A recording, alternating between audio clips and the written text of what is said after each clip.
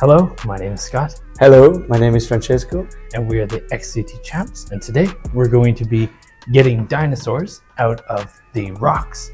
But we're not going to use shovels or sticks or things. We'll be using the power of the X-ray CT. X-ray computed tomography. And so that's going to be used to scan the fossil and the dinosaur within. And we're going to segment out the dinosaur and release it without ever getting our hands dirty. Yes, let's do it. First, prove that you're not a dinosaur by smashing that subscribe button and staying in touch for all future experiments. First, we had to go out into the wild to go get our samples. The samples came in the form of these little rocks with dinosaurs inside them. The next step is to go into the lab and put each sample into the X-ray computed tomography machine. The XCT machine shoots X-rays through the sample, allowing us to see directly through and inside of the sample. This collects projections, and the projections can be assembled into a 3D rendering of the object. So here we see the dinosaurs within the rocks. In this case, we got 2 dinosaurs and 1 bug sample. And both the dinosaurs ended up being the same.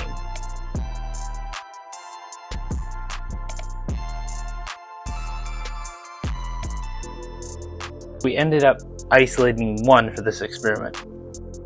We can remove the outer rock from the dinosaur with segmentation. And segmentation here works based off of color differences. So you can see that the dinosaur was lighter than the surrounding rock. And so if we take only the light sections of our data set, we can isolate the dinosaur and reassemble it. And with this, we have just our dinosaur.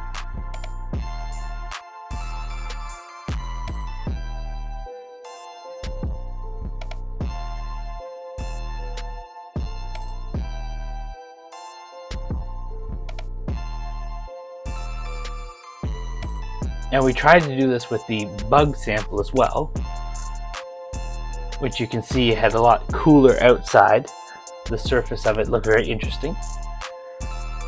The bug sample ended up being a spider, and the plastic of the spider must have been different because it was harder to segment away from the rocks. So the color between the spider and the rock was not different enough to isolate the spider. But regardless, we went forward and moved the dinosaur 3-dimensional model into the 3D printer. And we were able to take the 3D file of the dinosaur and print it out. And after removing the staging, we're left with Barry the purple dinosaur, as shown here. But to compare Barry to the other dinosaurs in the rocks, we do eventually have to dig them out. And for this, we're asking for help from a friend, Dr. Alex. Hi everyone, my name is Dr. Alex and I'm a micropaleontologist and I work in London. And I normally work with very tiny fossils which are super exciting, and I can study and reconstruct the story of the climate of the Earth using them. And so I think I have an example today that has been brought by some friends. So let's see what they got here. I think this sample will be quite different from what Dr. Alex is used to, but hopefully he can show us how to extract it properly. Let's see what we get. This was a time-consuming task and was much messier than doing the X-ray computed tomography.